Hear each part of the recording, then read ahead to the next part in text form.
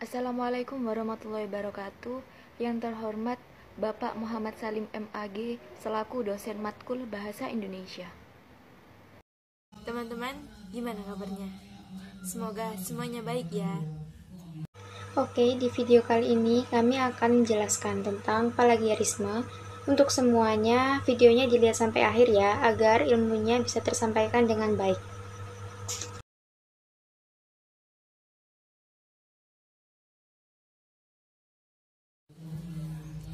Plagiatisme, menjiplak atau mengambil karangan, pendapat, dan sebagainya dari orang lain dan menjadikannya seolah karangan dan pendapat sendiri.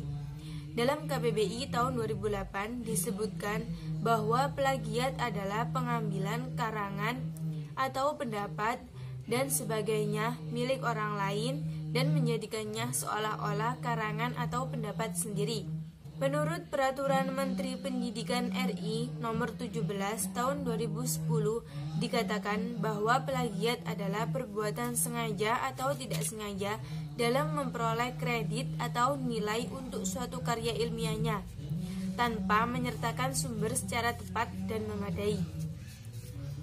Pelaku plagiatisme dapat dianggap sebagai tindakan pidana karena telah melakukan pencurian terhadap karya atau pendapat seseorang. Setiap karya memiliki hak milik, tidak boleh dicetak ulang sebelum mendapatkan izin dari si pengarang. Kita boleh menyalin atau mengambil alih karya seseorang dengan syarat harus mencantumkan sumber dan juga pengarangnya.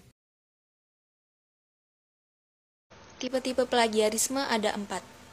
Yang pertama, plagiat kata demi kata. Tipe plagiat ini relatif sulit dibuktikan karena ide atau gagasan bersifat abstrak dan kemungkinan memiliki persamaan dengan ide orang lain. Atau ada kemungkinan terjadi adanya dua ide yang sama pada dua orang pencipta yang berbeda. Yang kedua, plagiat sumber.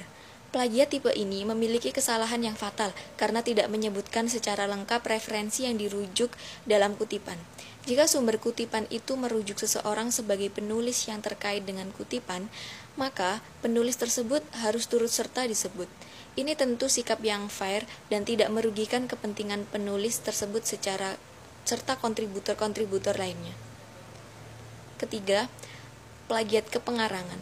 Menulis karya tulis yang disusun oleh orang lain. Tindakan ini terjadi atas kesadaran dan motif kesengajaan untuk membohongi publik. Misalnya, mengganti cover buku atau sampul karya tulis orang lain dengan cover atas namanya tanpa izin. Yang keempat, plagiat ide. Tipe plagiat ini relatif sulit dibuktikan karena ide atau gagasan bersifat abstrak dan kemungkinan memiliki persamaan dengan ide orang lain, atau ada kemungkinan terjadi adanya dua ide yang sama pada dua orang pencipta yang berbeda.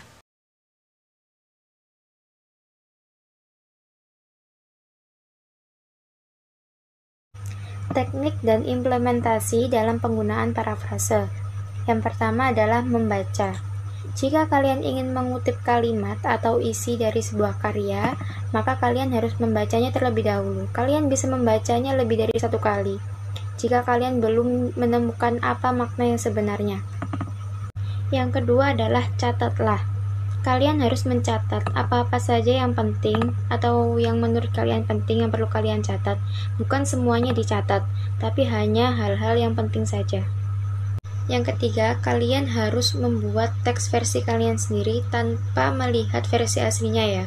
Kalian bisa menambahkan beberapa kata, merubah beberapa kata, atau menambahkan beberapa kalimat kalian sendiri tanpa merubah makna dan tujuan dari versi aslinya. Yang keempat adalah membandingkan. Kalian harus membandingkan antara hasil kerja kalian dengan karya asli yang kalian kutip. Teks kalian bisa lebih pendek, bisa juga lebih panjang dari teks yang kalian kutip. Yang terakhir adalah mengutip sumber di mana kalian menemukan ide tersebut. Di sini, kalian harus mencantumkan nama penulis atau sumber jika karya tersebut adalah unsur dari penulis lain atau sumber lain, maka itu harus ditulis siapa saja dan dari mana saja sumbernya. Kalian juga bisa menggunakan tanda kutip saat menuliskan kata atau kalimat yang akan dicantumkan agar kita terhindar dari plagiarisme.